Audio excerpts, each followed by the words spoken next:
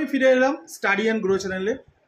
আশা করি তোমরা সবাই ভালো আছো, আর ম্যাথসটা কিন্তু তোমরা মন দিয়ে করবে। আর হ্যাঁ, আমি যে ভিডিওসগুলো তোমাদেরকে পাঠাই, যদি কিছু কমেন্টস তোমাদের থাকে অতি অবশ্যই আমার কমেন্ট বক্সে লিখে জানিও।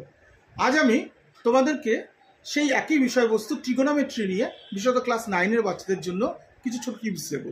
দেখো, আমাদের স্ট্যান্ডার্ড অ্যাঙ্গেল বলে একটা পার্ট আছে, যেখানে 30, 45, 60 ডিগ্রি ভ্যালুসগুলো আমাদেরকে জানতে হয় বা মনে রাখতে হয়। অনেক বাচ্চারা কিন্তু মনে রাখতে পারে না বা বলতে ভুল করে। তাদের জন্য বলি যে তোমাদের টিচাররা হয়তো বলেছে যে স্যার তোমরা এটা কি করবে না, স্যার হয়তো তোমাদেরকে জানিয়েছে যে এগুলো তোমাদেরকে কিন্তু মুখস্থ করতে হবে। কিন্তু আমার ওপিনিয়ন থেকে আমি তোমাদের বলতে পারি যে আমি একটা তোমাদেরকে প্রসেস দেখাবো, হয়তো তোমাদের ভালো লাগতেও পারে। চেষ্টা করলে এইভাবেও তোমরা এগুলো মনে রাখতে পারো মুখস্থ ছাড়াই। একটু খেয়াল রাখো, তাহলে বুঝতে পারবে। ধরো, আমরা জানি যে ট্রিগোনোমেট্রিতে আমাদের সবসময় রাইট অ্যাঙ্গেল ট্রায়াঙ্গেল ড্র করতে হয়। আর আমরা আগের ভিডিওতে দেখেছি যে অ্যাকিউট অ্যাঙ্গেলের অপোজিট সাইডটা সবসময় আমরা পারপেন্ডিকুলার ধরি। ধরো আমি এই অ্যাঙ্গেলটাকে ধরলাম 60 ডিগ্রি, এই অ্যাঙ্গেলটাকে ধরলাম আমরা 30 ডিগ্রি। নো ডাউট যে এই ট্রায়াঙ্গেলের সাম অফ অল অ্যাঙ্গেলস 180 ডিগ্রি। এখন দেখো, যদি তোমরা এই অ্যাঙ্গেলটা যখন কনসিডার করবে, এটা পারপেন্ডিকুলার হবে, এই অ্যাঙ্গেলটা কনসিডার করলে এটা পারপেন্ডিকুলার হবে। এক্ষেত্রে তোমাদের আরেকটা ট্রায়াঙ্গেল মনে রাখতে হবে, সেটা হচ্ছে এটা 45 ডিগ্রি আর এটা হচ্ছে 90 ডিগ্রি, আর রিমেনিং অ্যাঙ্গেলটাও তো সেই 45 ডিগ্রি। এই দুটো ট্রায়াঙ্গেল যদি তোমরা মনে রাখতে পারো, তাহলে 30, 60, 45 এই তিনটে অ্যাঙ্গেলকে তোমাদের আর মুখস্থ করতে হবে না। এটা তোমরা এই ট্রায়াঙ্গেল ড্র করেই করতে পারবে। তাহলে আমাদের মুখস্থের চাপটা অনেক কমে গেল। দেখো, এবার আমি বলি কিভাবে তোমরা এই দুটো ট্রায়াঙ্গেল ইউজ করে ভ্যালুগুলো করবে বা শিখে রাখবে বা মনে রাখবে।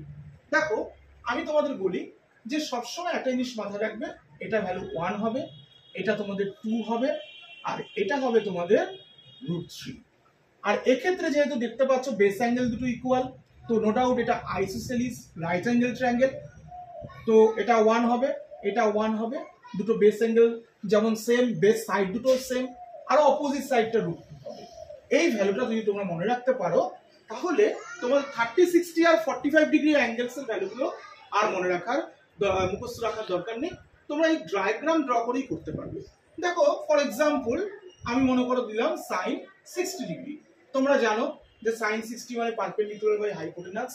তো 60 এটা, তো পারপেন্ডিকুলার এটা, তো √3 হাইপোটেনাস 2। দেখো কত ইজিলি তুমি কিন্তু লিখে ফেলতে পারবে।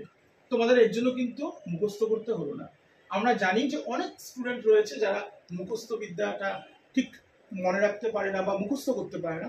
তাদের ক্ষেত্রে আমি বলি, যদি তোমরা এই টিপসটা ফলো করো, তোমাদের অনেকটা বেশি কার্যকারী হবে এবং ম্যাথসগুলো কিন্তু তোমরা পরীক্ষায় করে আসতে পারবে। দেখো, সাইন 45 ডিগ্রি ক্ষেত্রেও সেই একই লজিক। সাইন মানে তোমরা জানো পারপেন্ডিকুলার বাই হাইপোটেনাস। এক্ষেত্রে যদি তুমি এই অ্যাঙ্গেলটা ধরো, পারপেন্ডিকুলার 1 আর হাইপোটেনাস হচ্ছে √2।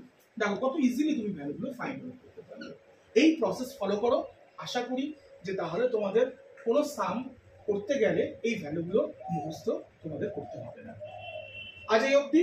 যদি তোমাদের কোনো কোয়ারিজ থাকে এই টিপসের উপর, তাহলে অতি অবশ্যই আমার কমেন্ট বক্সে লিখে যাও।